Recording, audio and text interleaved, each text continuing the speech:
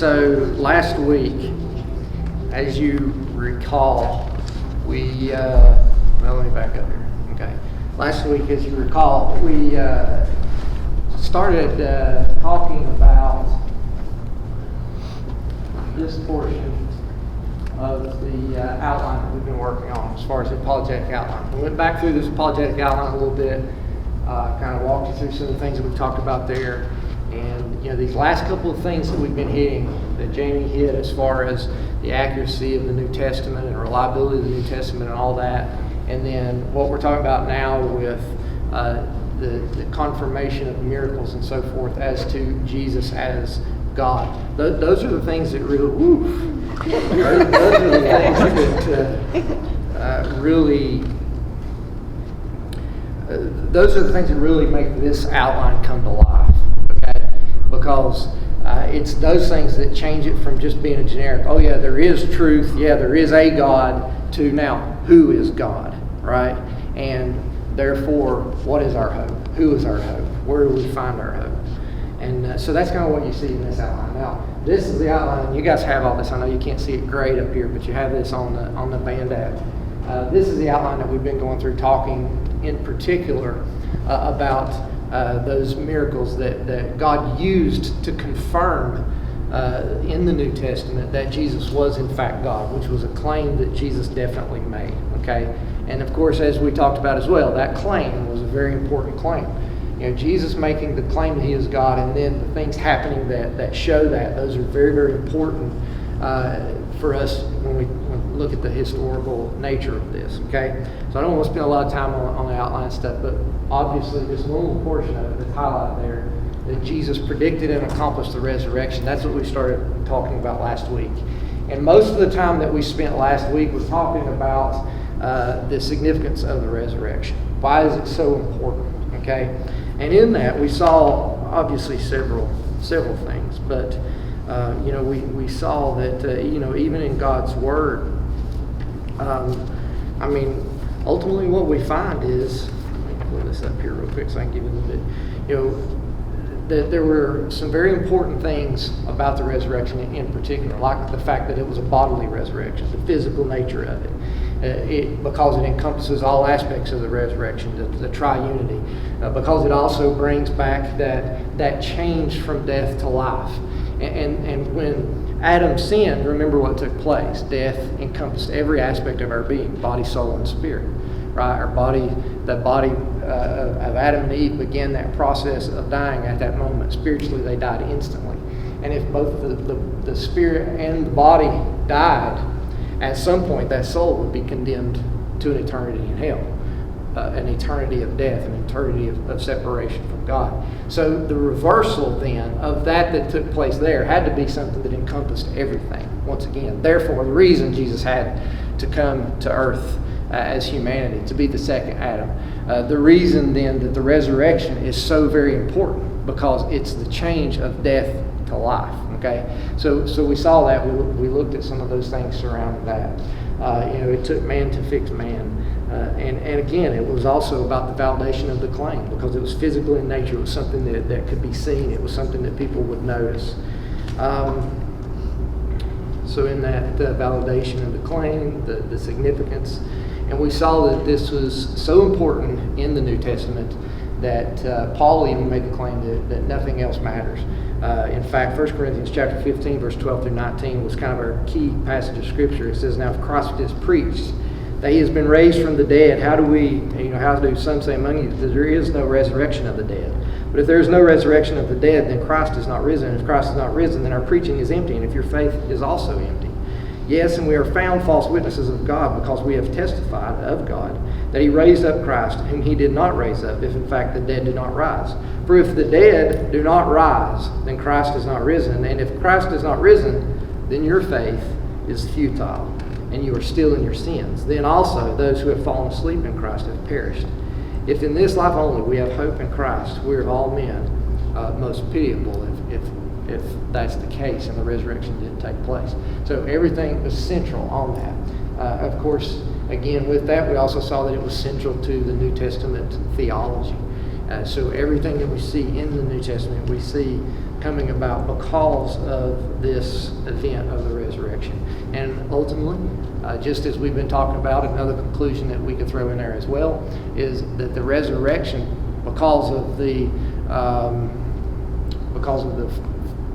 fact that Jesus foretold the resurrection and the resurrection took place, again, it's further proof, just as what we've been talking about in an overall perspective here, that Jesus is in fact God. Okay, so a lot of things that we see there, and kind of got up to talking a little bit about the historical approach of it, and reminded you of some things that Jamie talked about some time back, and that kind of gets us to where we want to talk here this evening, and that's to talk a little bit about the specific evidence as to the resurrection and the fact that it took place. Talking a little bit about some things regarding the scene of the resurrection and the things leading up to the resurrection, but also what happened after the resurrection. Okay, so let's talk a little bit about some resurrection facts. There's some things that are very important, and at the end of this, I'm going to give you some theories that are out there as to what took place that are out there that people try to use to refute the resurrection. Okay, I'm not going to talk about those long because there's no way we're going to have time to do that. But I am going to mention them so that you're familiar with them. But the information that we're going to talk about here in the next little bit is all information that will kind of directly help with the understanding of why those different beliefs and those different theories that have come up. And by the way, most of those theories are all recent, okay, which is very important to understand because most of these theories didn't come about in the early church period. Okay, you remember what Jamie talked about? Things happening closer to that time is very important. Like the writing of things closer to time. One of the reasons the New Testament is so accurate and so reliable is because it was written so close to the events that took place.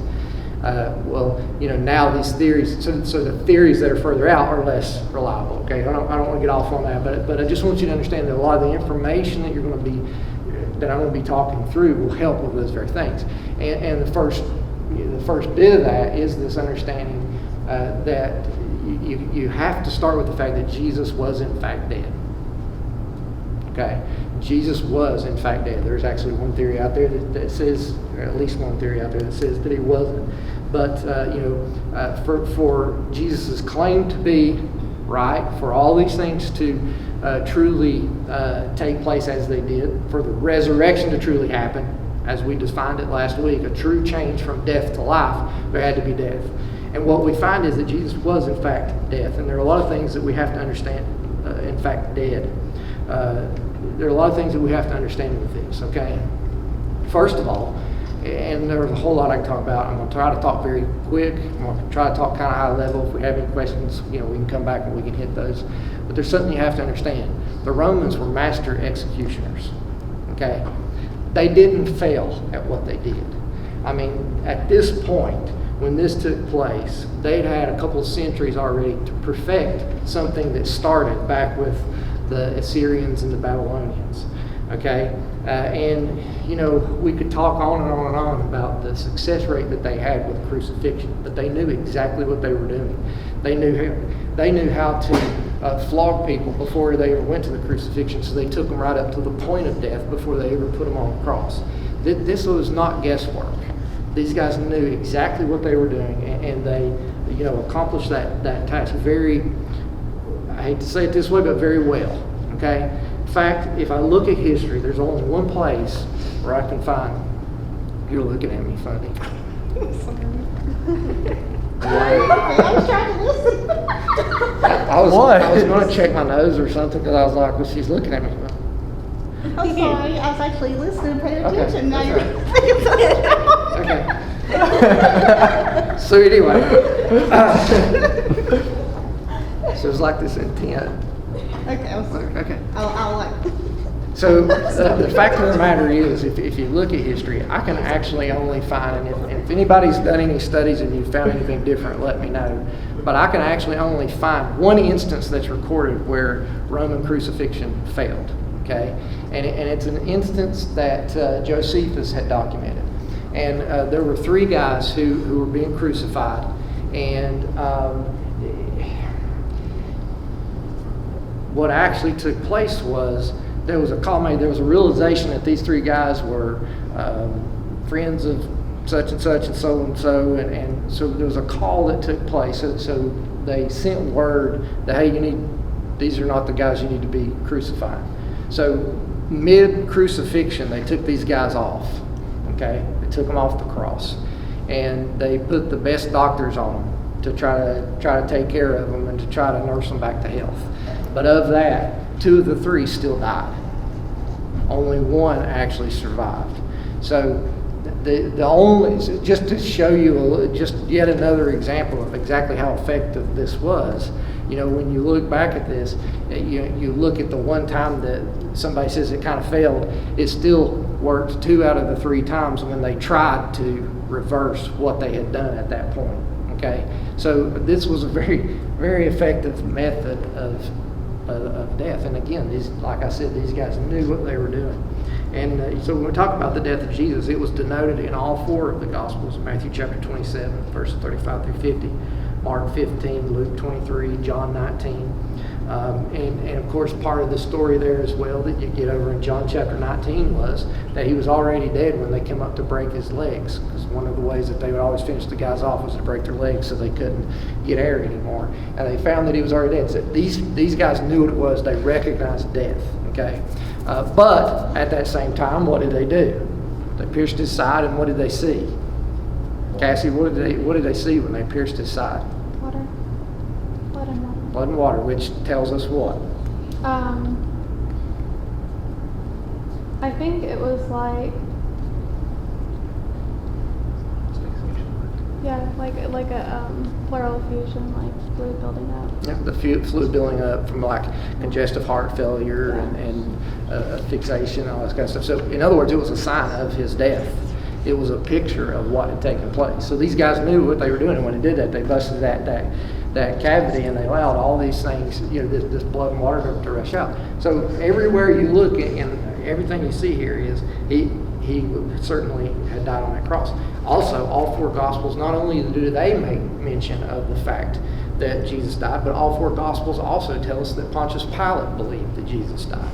That's an important point as well, because, again, that means that what's being told to him, everything that's coming from his soldiers, all that kind of stuff, it's further proof that Jesus was, in fact, dead, okay? Humanly, or, physically speaking. So again, Matthew 17, Mark 15, Luke 23, John 19. We find that as well, that Pontius Pilate knew that. So when you look at all these things, and I've got to kind of wrap this up and move on, but when you look at all these things, there's only one thing that you can conclude, and that was, in fact, that Jesus had died while he was on that cross. So as we think about that, that's an important first step. But then you also talk a little bit about the tomb itself. And I don't know how well you can see the picture. You can kind of see the picture there of a tomb that they believe could be the tomb of Christ. There's a whole thing around this, and I'll show you some pictures about that in a minute just to kind of give you an example. But when we talk about the tomb itself, there's a lot of things that we begin to understand. Okay, archaeologically speaking, for that time period, does the record that's given to us in the New Testament, okay, now historically we found this very reliable, and Jamie's given us a lot of good information on that, but does the record that we have there, how does it correspond with the archaeological finds and the things that we have found to be true in that day? Okay, so this becomes kind of both historical in nature but also archaeological in the fact of the findings that are there. Well, first of all, what we notice is that Jesus was to be buried in whose tomb? Does anybody remember?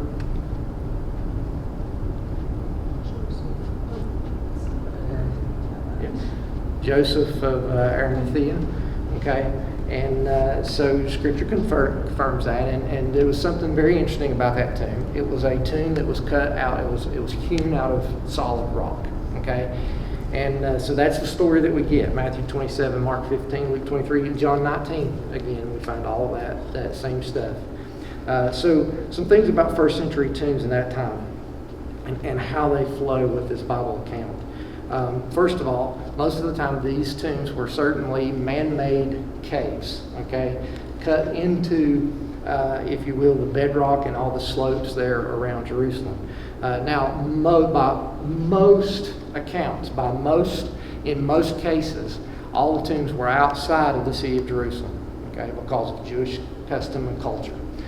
So the vast majority of all the tombs were outside the city of Jerusalem. And with that, one of the things that you'll kind of notice too, if you recall reading God's Word and reading a lot of things, a lot of times tombs were family oriented, right? So there may be generations after generation buried in this same tomb. Another thing that they would often do, and I'll talk about it here in just a little bit, is sometimes they would even move the bones of people later and keep families, keep units and that kind of stuff together. That is for those who had some money, because here's the thing about this. You can imagine that cutting into solid rock to make a tomb is not an inexpensive feat, right? It's going to take some time and some resources. So typically, those who had tombs such as this had some money, okay? In fact, what we find is it's actually kind of hard to find archaeological evidence of a lot of the people who did not have money or did not have the ability to do this, because very often there was a different method that they would use when they buried and all that kind of stuff. It may be mass graves in ditches or whatever. I mean, there was a lot of different ways that they would dispose. And in fact of the matter is, you remember the place that, some people have likened it to Sheol. You remember the place outside the town where all the garbage and stuff would be burned and everything. We've kind of talked a little bit about that before, outside of Jerusalem. The fact of the matter is, some people who would die and nobody even knew who they were, they would end up there, basically in the dump. Okay, so there's a lot less archaeological evidence of such things in cases like that.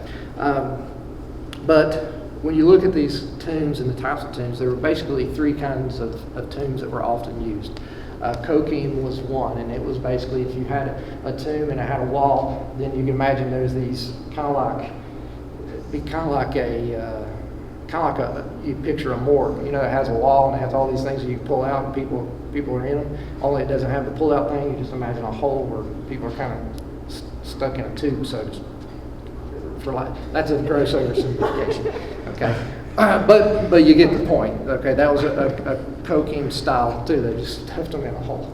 But then there was also the Acrosolia, which was a tomb that was more open, so they were kind of out, but it was kind of on an elevated thing. It kind of had these little half moon things, and the body would kind of set up. And then there was a third kind, which was very popular or very, very common, which was called, a simple term on this one, right? It was just a bench tomb. And usually what that would be is it would be a big open room, and there would be like benches around at least three of the walls, kind of benches cut into the stone, and that's where the bodies would be laid. Now, interestingly, if you think about this, and you think about even the types of tombs, all this is very consistent with what we find in regards to the description of the tomb that Jesus was laid in. In fact, two of these three kinds that I've just mentioned would work in every description that we receive. Now, the kind with the kind of the holes in the wall and they kind of slide the people in, that one would be the least likely to be possible for the descriptions, the biblical accounts that we have. However, all the others, there's the opportunity for someone to actually come into the tomb and behold a body laying there. And those things are very important with this aspect. So 2 out of the 3 is what we see taking place as a possibility. Now, this particular one that has been unearthed just near Jerusalem and just near a place that they believe could be the place of the skull, this particular one, a lot of people think, hey, this was the tomb of Jesus. But it's actually located a very short walk from a hill that many people have dubbed as Golgotha. It's kind of got this little skull-looking face in the rocks. I don't have a picture of it in here, but it's actually, there's a bus station right in front of it nowadays. But it's just a short walk from that, and it is in a garden, and it is described as a garden tomb. The reason they know it was a garden is they uncovered this just a stone's throw from the tomb, and this is actually a wine press from that era. Okay, so what they know is it was most likely a wine press from that era. But here you can kind of get a picture of what that tomb's like, and you can see somebody there on the inside. I'll show you some more pictures. There's Joe. Wave at Joe. I never Right encountered there. Joe. So I wanted to put him here for reference. I've actually got him in here again in a minute. I put him here for reference because of the door of the tomb and stuff, okay? Now, on the inside of the tomb, what you see is around the edges, you see these benches. You kind of just hewn out into the stone, okay? They're kind of around 3 of the walls there in the tomb. And and that you can't see very well, but that's a trough that's right in front of it so that a stone could roll back and forth in front of the door. Okay, that's kind of the way that they were laid out. Now, this particular one kind of has a good sized door, and that's an interesting. We'll talk a little bit about the stone here in just a minute, but it has a good sized door in front of it. Not all of them are this big. Okay, and again, a lot of times it would depend on the affluent nature of who was building it, family, all that kind of stuff. So it could be different. But this is actually a good size. It's very easy to walk into. I mean, the door you may duck just a little bit when you're going in, but overall it's pretty easy to get in and out of this. But this kind of gives you an example of what it's like. Now, to think a little bit more, and I want to talk a little bit about the stone here in just a minute as well, but let's think about the burial itself as Christ is going in here, and about the practices that took place. From the time of death to the time of burial was usually very short in Jewish custom. And in particular, it was very quick for Jesus. Why is that? Because the Sabbath was coming on and they wanted to get him into the grave very quickly. But some of the things that took place in regards to the preparation. Have any of you guys ever heard of the Mishnah? The Mishnah is basically Jewish writings of things that had been passed down through the years orally, the oral law and that kind of stuff, kind of written down. Okay, it's an early writing of that. And according to the Mishnah, part of what was taking place is that they would anoint and rinse the corpse, and there were some conditions that come with that, like they couldn't move certain limbs, and there's things they couldn't do, but they would wash the body and anoint it. Josephus also made note of spices and things like that being part of it. And the washing, actually we see in Acts chapter 9, verse 36 and 37 with Tabitha, you actually see that practice there, the washing of the body and the preparation of the body. We talked about that not too long ago on Wednesday night a little bit. But anyway, and when it comes to the spices, now there's something to understand. The Jewish culture was different than like Egyptian. Okay, Egyptians, a lot of times, especially with royalty, they would actually embalm. They would preserve bodies. Well, in the nature, and with what took place as far as the Jews, their methodology was not to do that. The spices were more for keeping smell down and anointing and other things like that, ceremonially, that kind of stuff. It wasn't really because of there was no preservation. I mean, the fact of the matter is they would often come back and move the bones. So they would not preserve the body per se, because a couple of years down the road they may be coming back in there to move. And I mean, think about it, the story of Joseph. And when they left Egypt, what did they do? He wanted them to take his bones, so they went and got his bones. That was culturally, there was something that they did. So the preparation there, we see that. We also see indications of bodies being wrapped in burial clothes. Sometimes a coffin, but most often in Jewish culture it was burial clothes. Of course, we see that in John 11:44 with Jesus. But you think about it. How does Jesus' account compare? Matthew 27:59 says, when Joseph had taken the body, he wrapped it in a clean linen cloth, and he laid it in his new tomb, which he had hewn out of the rock, and he rolled a large stone against the door of the tomb and departed. Mark 15:46, then he bought fine linen, took him down, wrapped him in the linen, and he laid him in a tomb which he had hewn out of the rock, and he rolled a stone against the door. Luke 23:52, this man went to Pilate and asked for the body of Jesus. When he took it down, he wrapped it in linen. You see the pattern here, right? It's all very consistent with what we see archaeologically and historically as to what took place. So we see the tomb, we see all the nature of everything here, even in just the events leading up to the resurrection. We see all these things that come about that fall in line. So let's see here. So So when we think also, and again, I want to get to the stone here in just a second, but when we think about some of the facts surrounding the burial of Christ in general, there are a lot that does come into play, right? Because there's also a balance here of what would take place, a balance of Roman and Jewish tradition and culture all coming together, and not so much even the Roman tradition, but more of Roman policy that was often in question. Because at the end of the day, when the Romans would kill somebody in crucifixion, or for the most part, if the Jewish people would pass away, or, I mean, in a lot of cases, they really didn't care. It wasn't about their tradition. It was their policy on how they would deal with those things is the only thing that for them was really something that comes into play.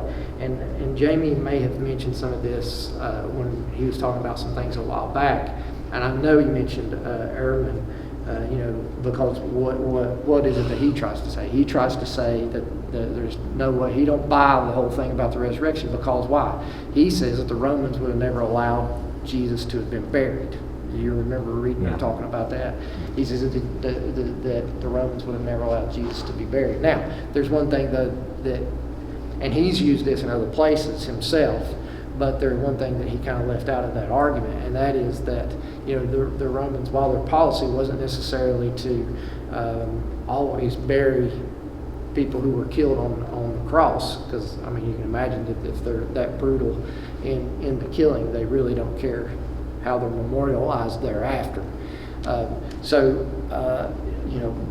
Likely that there were very often masquerades and different stuff like that, or a dumping place in a lot of cases. But there's this other side of this story. Is not just that their policy. It's not that their policy would. Yes, their general policy would be, hey, we don't bury people who were crucified.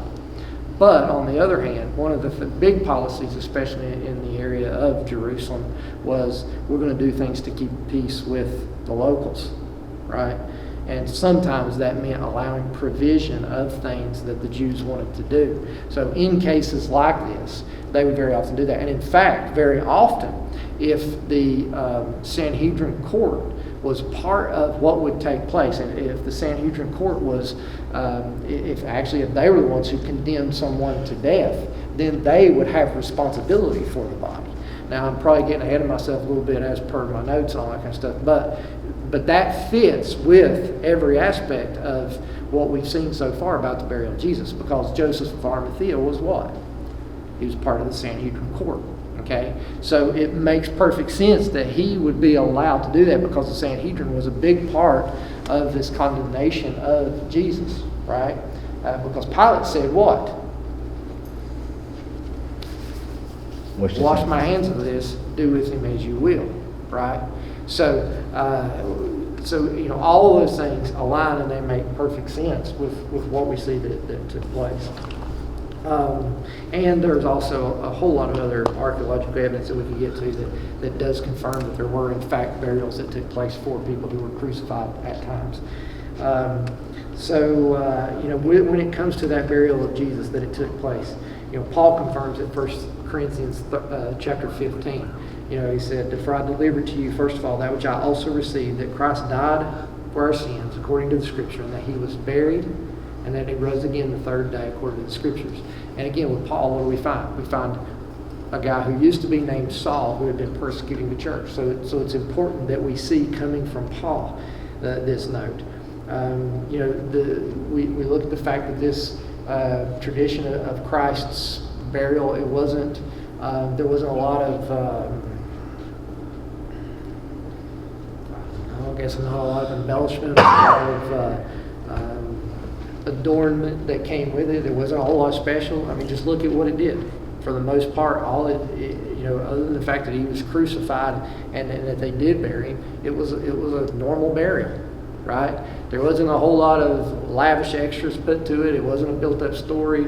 He was buried in a manner that only God could be buried or anything like that. There wasn't a lot of that embellishment. It's just the story as it played out. That's important. At the same time, there's also the simple fact that there's no conflicting story that exists.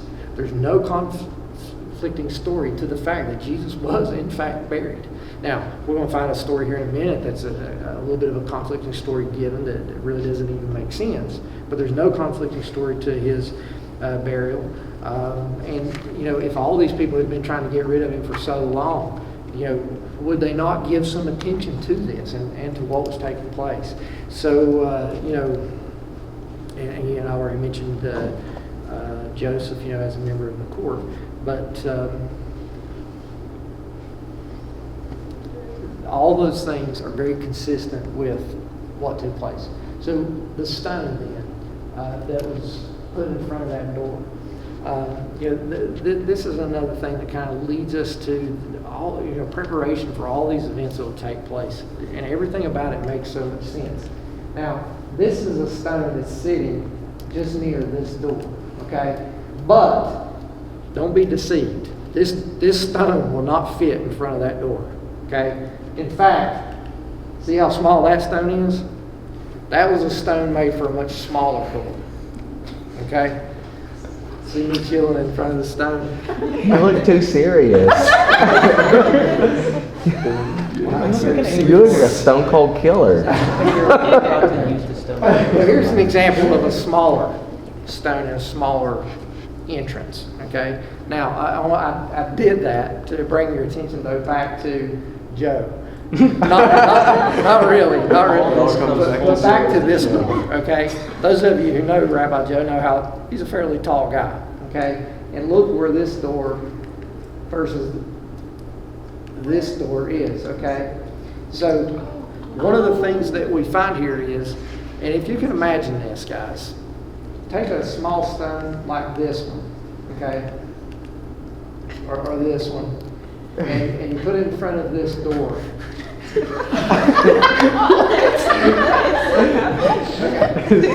Take a small stone even like this and imagine the weight of that, all right? Typically the least weight of these stones. So the smaller stones were typically 450 pounds. Not a small stone, okay? The larger stones, often easily a ton plus. Sometimes 2 tons, depending on, I mean, these things were not insignificant stones that were being put in front of this cave. Now, there were this rounded stone for a lot of these hewn out graves was very, very common, probably the most common. There were some others as well. There were some squared off ones that kind of worked like more like a plug. But as you can imagine, with that kind of weight, though, they were much harder, much more difficult to move. A stone like this, several men could push it up the trough. They could chalk it with a wedge or something like that, keep it in place, and then when it was time to move it in front of the door, you just remove that and guide it in place, and it seals off, right? So, you know, it was a lot easier to use. So the round type was, of course, it was also hard work, right, to build it. But again, you're talking about something that could range anywhere from 450 pounds up to 2 tons. Okay, so this was not an insignificant thing. And then on top of that, the record that we have is that, and again, I don't have time to read a lot of this, I know, and I apologize about that. But part of the record that we have is that the stone was also sealed, right? When they were given the ability to seal it, you know, by Pilate, when they closed off that stone. There you go again.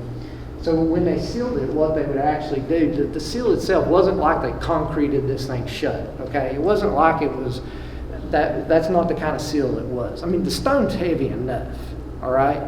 The seal was a wax seal. So typically what they would do is they would run a line around it, some kind of a leather cord or rope or something like that. And the reason I have 2 here is, you know, a lot of times when you look for these, you find a depiction of this, but it will only have one.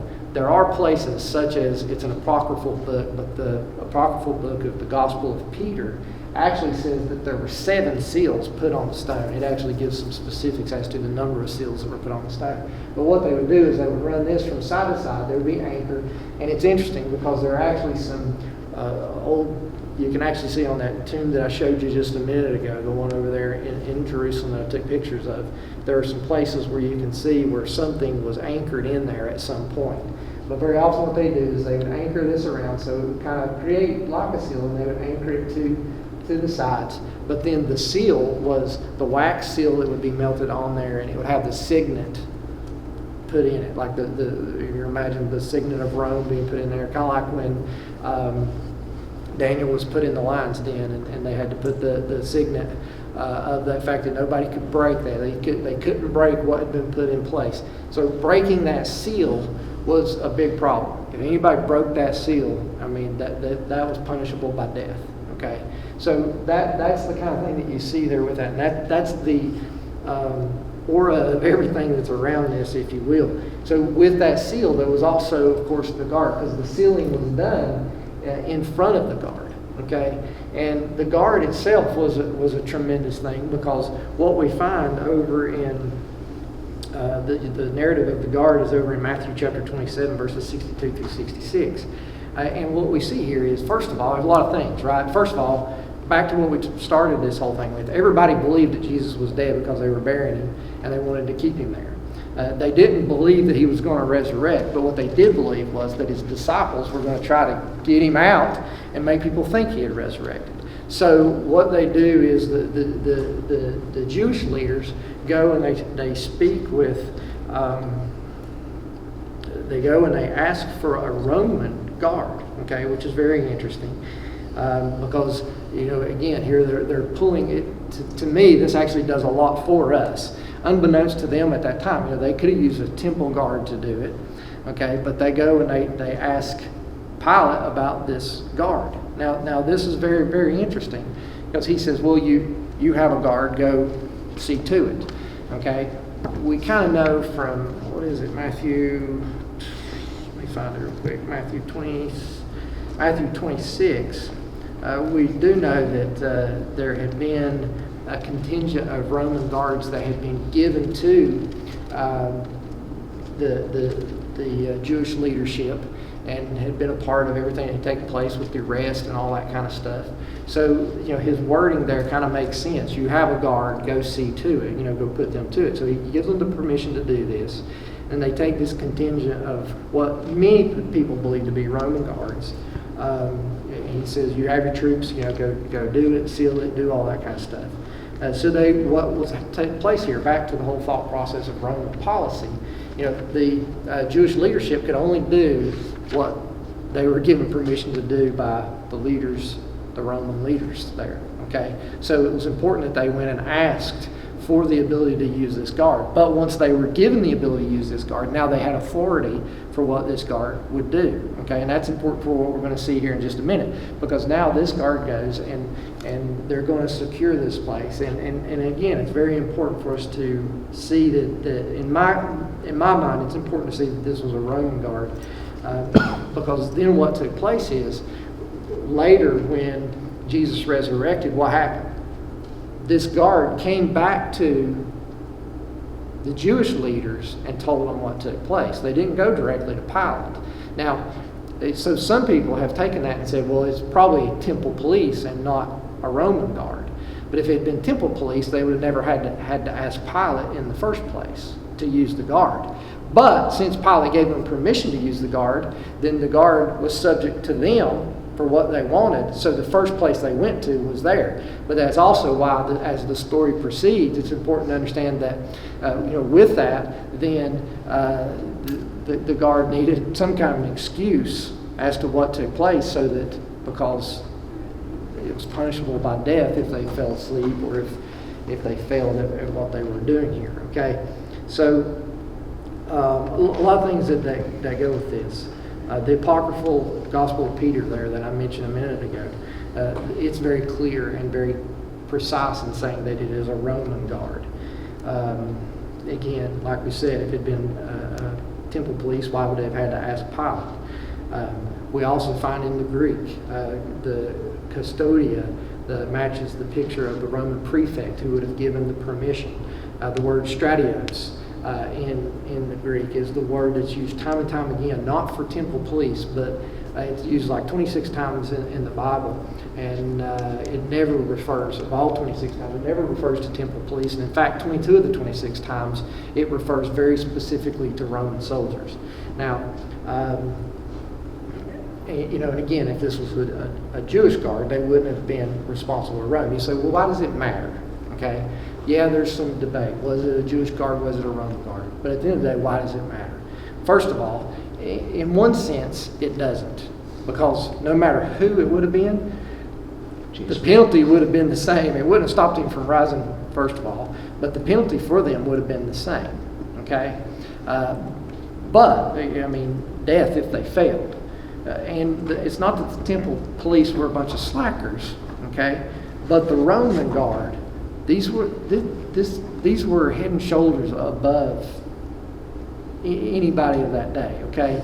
I mean, the training of a Roman soldier, and again, we don't have time to get into all that kind of stuff, but the training of a Roman soldier and what they went through and what they were capable of, even in very small units of what was most likely 4 or 8 there in this guard, even in these very small units, I mean, they could ward off hundreds of would-be attackers. I mean, a little band of disciples of 12 people who didn't even stick together when the crucifixion happened, they had nothing for this guy. I mean, this was like The Rock versus a 5-year-old. I mean, it was out of bounds, okay? I mean, it just wasn't going to, they weren't going to accomplish this kind of task, and that's why it's important when you think about it, right? I mean, so anyway, that said, there's something else that's very important to see here, and let me see where I'm even at in my notes. With all that said, this whole story that was given of the fact that they fell asleep, that was a big deal, okay? Because that's such a ridiculous story. Nobody in that day would have bought that. I mean, because if they told the story that he was sleeping, they just said, well, why are you alive? Because those guys should not have lived if they had really fallen asleep on the job. So it's almost like you go to, I don't know, can you come up with a good analogy, but it's almost like you go to court for murder, and you're like, well, I killed the guy, so I wouldn't have to murder him, so I'm innocent of murder. I mean, that's about how ridiculous it is, right? I mean, I committed a crime to keep from committing a crime. And it's really all the same. You failed at what you were supposed to do. I mean, that's just so we understand, for this particular group of people, that's how ridiculous this story was, that they were allowed to tell and live, okay? Because it shouldn't have happened. They should have been condemned to death. And of course, with that, the guard's reaction there in Matthew 28, there's a lot that we can talk about there as well, because with the reaction of this guard, what do we see? We see everything that you describe of this Roman guard, everything you describe of how tough they were, how mean they were, what they could do, what they could accomplish, and all that kind of stuff. I mean, they were all turned to a band of sniveling whiners that just folded before a holy God. That's what took place at the resurrection. And they were scared to death. They were scared to death. These guys probably hadn't been scared of anything since they were kids, since they were babies. I mean, that, and again, I know that you study the Roman training, what they put soldiers through, and I mean, they drove everything, they drove feelings, they drove everything out of these guys, right? And now all of a sudden you got these guys turned into a mush before a holy God. This was a big thing. I mean, they were freaked out by what took place. I mean, in the narrative of what's given, they didn't even talk about the fact that, we could be killed for this. That wasn't their thought. Their thought wasn't that, hey, we fell asleep and we're in trouble, until that story was cooked up, right? Their thought was, you're not going to believe it. I mean, we were dead before what took place here. It was, so, every account and every aspect of what you see lends us to this fact of the truth of this narrative that took place. Now, sometimes there are some problems given about, well, Matthew is the only mention of this thing that took place here.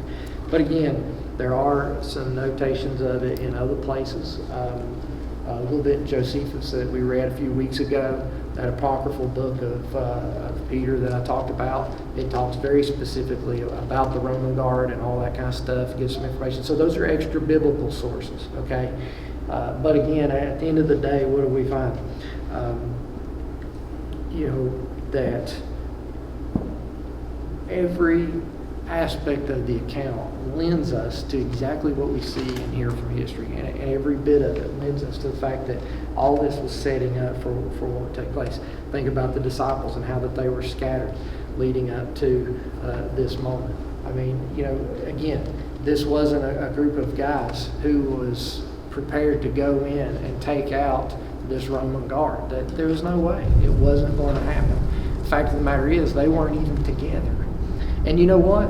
I don't even know if, and you don't always find a lot about this, but I'm not even sure, in the stuff I've studied through the years, I've kind of wondered if the disciples and a lot of the other people even knew that there was a guard posted. I mean, it's not like they put up a sign and said, we're going to post a guard. It's not like it was on TV that they're posting a guard in front of Jesus' tomb, right? And what happened? On the first day of the week when Mary was coming, what did she say? She said, I wonder who's going to roll the stone away. So she didn't know there was a seal on the stone by the government. She didn't know that there was a Roman guard, wasn't going to let anybody into it. I mean, why would she have asked that question? I wonder who's going to roll that stone away so we can anoint him with spices, if she would have thought. So this kind of comes back to this whole thing too. I mean, not only were these disciples disbanded and all over the place, they probably didn't even know everything was going on. They were hiding. They were hiding for their own lives. They weren't a group of masterminds that were going to come in here and think of every aspect of this. I mean, it wasn't in the cards. So everything that we see there is amazing. And that's leading up to it. Post-resurrection, what took place? Well, you find that there's a tomb that's empty, right? And that empty tomb, physically empty tomb, again, an important point about it being a physical resurrection, implies that there's a lack of a body. There's no dead body there. It's gone. And there are a lot of evidence that comes with that. And I'm going to hurry through a lot of this. I'm going to give it to you, quick. First one, the reason I'm going to be able to go through it so fast is because Jamie kind of talked about it previously when he was talking about some of the evidence for the New Testament. He talked about, because one of the big things is that's often cited is the fact that women were first to be talked to. And it was because of the culture of that day. They may not have been seen as relevant witnesses. Now, interestingly for us, it actually makes their witness an even greater witness, right? I mean, so for us, that witness of the women is an even greater witness than we could have ever had especially if the 12 disciples would have been the one, those who are accused of doing this and all that kind of stuff would have been the ones who came back and were the witnesses that were given. So, in Matthew 28, Mark 16, Luke 24, Mary Magdalene, Mary the mother of James, Mary the mother of James, and some other women. We see it's the women who he first appeared to. And so, that one's an interesting. The fact that there were multiple attestations to that tomb being empty, multiple sources in all the early writings, Matthew, Mark, Luke, John, it's all there. Many other sources denoted in there as well. Some of the historical documentation that we've seen. We read 1 Corinthians just a few minutes ago, Paul talking about it. So there was some common knowledge of the emptiness of this tomb. Josephus mentioned it in the passage from Antiquities that I read to you a few weeks back. And so with all of this, we see that there were attestations to the emptiness of the tomb itself. We also see that it became a central theme of church preaching. Everything was revolved around that empty tomb. Just like we talked about last week with the significance. Where does the significance come from? Because the tomb was empty, because the resurrection did take place, and it becomes central to that theology. Another one that McDowell noted that I thought was pretty interesting was that there was a lack of what he calls veneration around the tomb. What happens a lot of times when people of importance or people die, sometimes school shootings, whatever, what do people often do? Either they'll adorn the grave or they'll adorn a location or something like that. There will be something around that tomb. You get no sighting of that with Jesus. Jesus had a lot of followers. There were a lot of people, there were ups and downs. There were people who followed him one day and didn't the next, and a lot of weird stuff. But at the end of the day, he'd done a lot of things. Why is there not recorded, revelry around his tomb? Why is there nothing that goes with that? None of those things that you see in other instances. There was a very common knowledge of the empty tomb in that day, especially in the area of Jerusalem.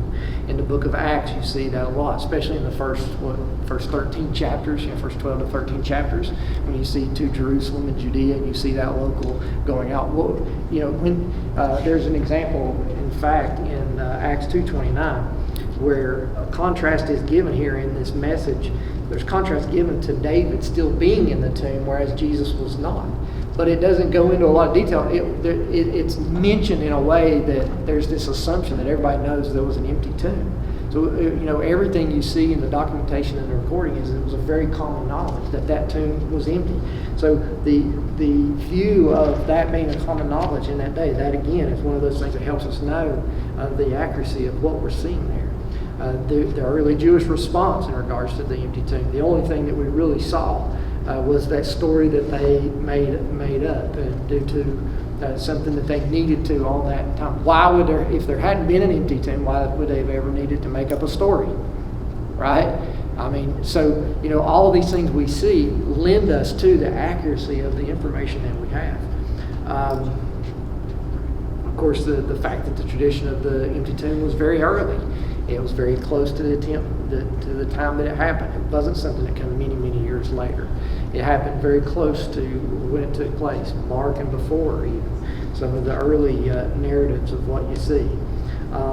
Another interesting thing that we see about the tomb is not only talking about the tomb itself being empty, but also the grave cloths. And we talked about the body being wrapped. It's a very interesting thing that in that tomb was left the grave clothes. Again, back to this whole thing about, and that attests to not only the emptiness of the tomb, but to something different happening.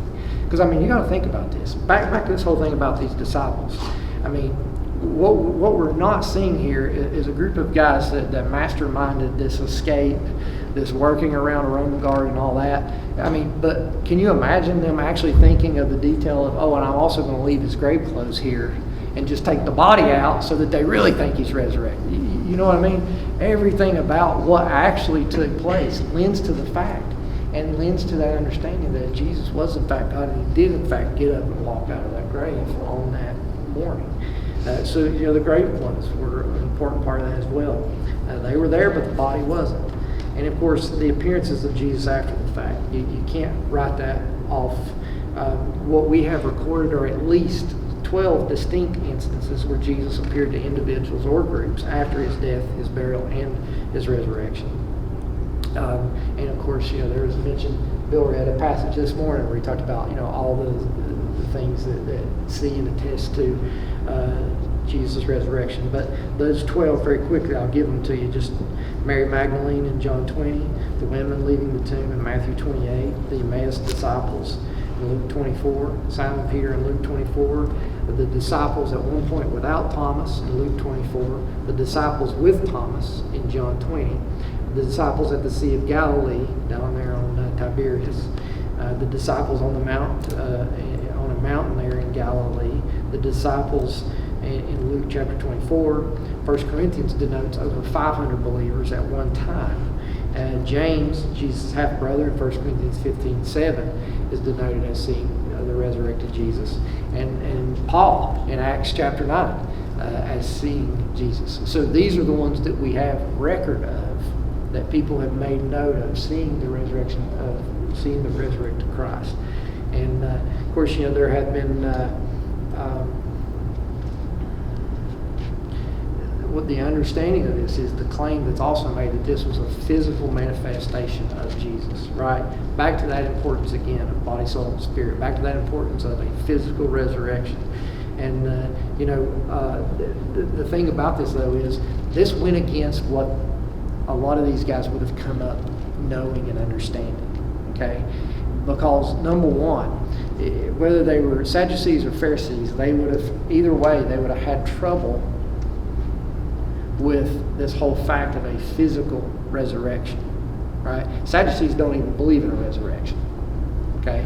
They believe in living life according to the first 5 books of the Torah and all that kind of stuff, and they don't get overly supernatural after that. Are you awake? But even with the Pharisees, what we find is that there's no, there would have been, this whole thing of a physical resurrection would have been out of character. It would have been something that would have been in the forefront of their mind to make up, right? This would have been them really thinking outside of the box to come up with the fact that they physically saw Jesus to the point that they touched him and all this kind of stuff. And Geisler, and I'm going to have to try to get it. Jamie, I don't know if you have it anywhere where we can post it, but Geisler has a little chart, and it talks about the manifestations of Jesus, and it talks about all these different times that he was seen. But not only was he seen, he was heard, he was seen, heard, and touched. So in what we see is in all these different accounts, he pulled what all different aspects of our senses was Jesus experienced by with these people. That's it right there. Put it on band. Yeah, we'll take a picture of that and put it on band. That's exactly it. So and that's the thing there. When you look at that evidence and you look at it, I mean, it was these kinds of things that showed exactly that this wasn't just something that was spiritual or comprehended in their mind. Multiple people not only saw him, they heard him and they touched him, right? So you see all those things again. What does it keep bringing us back to? This manifestation of what took place. And at the end of the day, there's another thing I would throw in there. With all of this said, and all this that took place, and the sightings of Jesus after the fact, there's no other Jewish refutation. Okay? The only story you have is that the guards fell asleep. There was no refutation of the sightings of Jesus and all this other kind of stuff. That silence in and of itself also tells us a whole lot, right? It tells us they didn't have any evidence and they didn't have the ability to refute it. That's very important. Because if they would have had such evidence and such ability to refute it, then they would have kept Christianity from ever becoming a thing. They could have blown it up in one fell swoop, and it would have never been an issue. But the bottom line is, there wasn't any evidence to be had, because all the evidence pointed in the other direction. It pointed to the truth of the resurrection of Jesus Christ. Later we would see something very similar with that. Paul talked. I thought this was kind of interesting too, but talking about that Jewish refutation, and the fact that it was a very common knowledge there in the area of Jerusalem. You think about all those things later. Paul kind of gives us documentation of the Athenians and how that they really ridiculed him over his story that somebody resurrected from the dead and that there was an empty grave. Well, he didn't get that same kind of response when he spoke in Jerusalem. So what does that tell us? It tells us that around the area of Jerusalem, it was very common knowledge that there was an empty tomb. And they were getting an explanation of that empty tomb. And they were like, oh, okay. Whereas the Athenians were like, that's the most ridiculous thing I've ever heard, because they were away from it. Now, this puts me in mind of a lot of things we've been talking about on Wednesday nights. When you look at the difference in how you deal with people, when you talk to someone and you're going to share the gospel with them and they have a background of knowledge of the Bible, that's one thing. But when you share the gospel with people who have no background, it's something totally different, isn't it? You have to do it in a different way. And that's another example of this and what took place over in the book of Acts and the New Testament. But what we have to understand is, back to this thing of the resurrection, that's why all of this information that we're talking about is so very important. Okay? All right, so we got to finish up. And I'm going to finish tonight, so I'm going to give you a couple of things here to leave you with. If I could summarize all this stuff together, I would want us to understand this. A few things. First of all, we see this as an established historical fact. The tomb, the testimony, the documentation historically, the archaeological evidence, what we see is Jesus' resurrection established very well as historical fact. And at the end of the day, it's not, people haven't disbelieved it because of a lack of evidence. It's simply they did it. It's on there. Okay, good. It's simply that there was evidence that they refused to believe. And many times that's what we see today as well. So established historical fact. It was also an established psychological fact, if you will, right? Because you have to look back at this, and psychologically we see a shift in what took place. We can look at all the historical, all the archaeological evidence, but we also have to look at the fact that there was a psychological shift that took place. What changed? The men who we have documentation of being changed so much that they went from hiding to being willing to die. There was a psychological shift in what took place. There was a belief. These people believed what they had seen. They believed it, and it caused a shift to come about. Okay. Now, even in more modern times, I believe it's I don't remember if it's Geisler or McDowell, the McDowells. They make note of a guy. It's a Jewish guy, Pinchas or something like that, he's a modern Orthodox Jew, but he's he's done a lot of studies on the New Testament and everything, and he 100% believes that the resurrection took place. Now his explanation was not, he tries to give an explanation that Jesus was a really good Jew and that's why he got resurrected, but he cannot refute the fact that Jesus was resurrected as a modern day scholar. Okay, so that's kind of comes back to that fact of so often we see all the evidence, we just refuse to believe. Sometimes we've got to believe with the evidence that we see. So psychological and then sociological as well, right? I mean, the existence of the church is evidence for Christ's resurrection, because without it, what would there be? Everything, we talked about the significance, we talked about everything around it. Everything comes to that aspect of the resurrection. A shift from Sabbath to Sunday worship, the Lord's Day, the day of His resurrection. That sociological shift was something that took place in those early years. It's very important. It should get our attention. Why did that shift happen? The shift in the meaning of baptism itself. It went from Jewish baptism to marked Gentile conversion and ritual cleansings and all that kind of stuff, to John's baptism, talking about repentance and what would happen and the desired change, to now something that represents our identification with Christ and His death, burial, and His resurrection, and the resurrection that will happen one day. So that shift in the belief about baptism, the changeover of communion, that portion of Passover as being so important.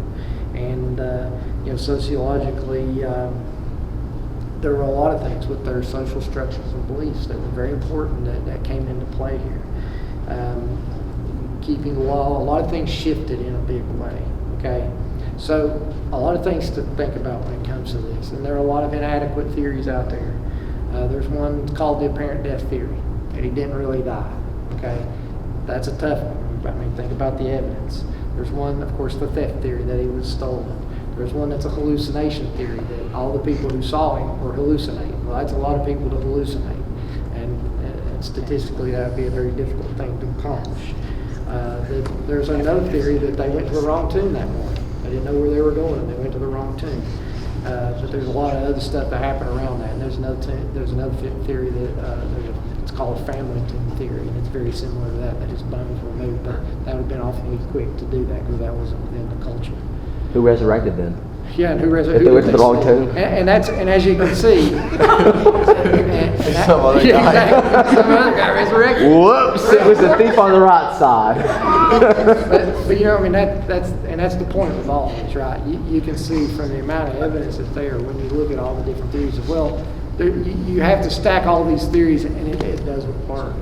What does work is looking at the evidence, and you see that truly Jesus is risen. On that inside of that door, they have a door so that it closes, and it says on that door they put up there, He's not here, for He is risen. And so it's kind of an interesting thing. I wanted to show you guys some of the pictures and stuff like that too. And I'm sorry we had to talk so fast and go through it so fast, and yet it still took so long. But I'm going to tell you, we could have spent weeks talking about this. We're done at exactly 7 last time. Yeah, I know, but I can't do it 2 weeks in a row. Yeah. I get a He was done at 6:50. You hit almost Oh, yeah. everything in this book. That's what was so incredible. Like I literally could follow through the chapter and go through as you were. Yeah, and I followed everything. So I the, did too. Usually I struggle. the evidence is overwhelming, honestly. Yeah. If you really look at it and you're I like this topic a lot. It's really easy to follow through. Okay. Well, I was listening, he thought something was wrong with us. I felt I'll say there's something I have two things I want to add. And he hit on like a lot of, we always talk about the disciples. Why would the disciples all of a sudden go from being afraid and running for their lives and being scared to death to all of a sudden being willing to die for their faith? But also think about the people that didn't believe that Jesus was the Son of God prior to his crucifixion. Think about his own brother James. Like he said, Jesus appeared to James. James didn't believe that he was truly the Son of God. But then all of a sudden what happens with James? James becomes, first off, he wrote the first book in the New Testament, book of James. Secondly, he becomes the leader in Jerusalem, and he's martyred in 62 AD. And then Paul is a great example, who was going to have he was set to have a wonderful career as a young up-and-coming Pharisee. And it's the truth. It's the truth. He was. And then lived a life completely sold out to Christ, unlike anybody we've probably ever seen or will ever see since. And then I'll leave you with this. I was watching Cassie and I were watching, it was like a debate, but it was like a debate discussion last night between a guy named, probably my favorite living apologist, John Lennox. He's Irish. And he was debating this guy named, I think his name's Peter Atkins. And they said, is there anything that could change your mind about because he kept going back to the point of the debate is, could this science explain everything? But of course, obviously, since it's a Christian and an atheist, it leads back to purely Christianity. And the big point that Lennox goes back to, being the Christian, is the resurrection. And they asked Peter Atkins, is there anything that could literally change your mind? And he said, I could have literally watched Jesus rise from the dead, and I wouldn't believe it. You want to know what he chalked it up to? Hallucination. He would say, I would assume that I was crazy. That would be the most logical thing. And to that end, and I hate to say it this way, but what value is there with arguing with someone who it doesn't really matter? That's a good question. Would anything change your mind? Then why the argument? That's a calloused heart. Scary too. But that's also just like the conclusion we come to. It's not that there's a lack of evidence. There's just a lack of belief. We believe a lot more on a lot less evidence. In fact, I would dare say everybody around this world believes more with a lack of evidence at some point in their lives. The graph with the reliability of the New Testament. Yeah. People believe what the news says all the time.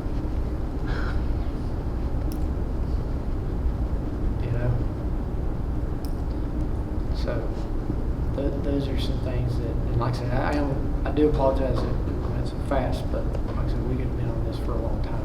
There's just so much. But I hope you kind of get the point. And what we have just talked about, we're getting ready to talk about some more things to kind of finish this out. But honestly, these last two subjects that we talked about have been the most important parts of this whole outline. Because like I said, now they take it from a generic, well, there is truth and there is a God, to Jesus is God. Okay? That gives importance to what Jesus said when he said, I am the way, the truth, and the life. No man comes to the Father but by me. And what we have to understand in that is, that's not an exclusive thing. That's Jesus being inclusive of all of us and giving us a way. It wasn't Jesus trying to exclude anybody. Just a simple fact is this. There is one way to amend for what took place. And it had to be Jesus' death, burial, and resurrection. It had to be life coming where death was. Because what we have in our lives is death where life once was. Nothing else exchanges for that. That's why it's so important.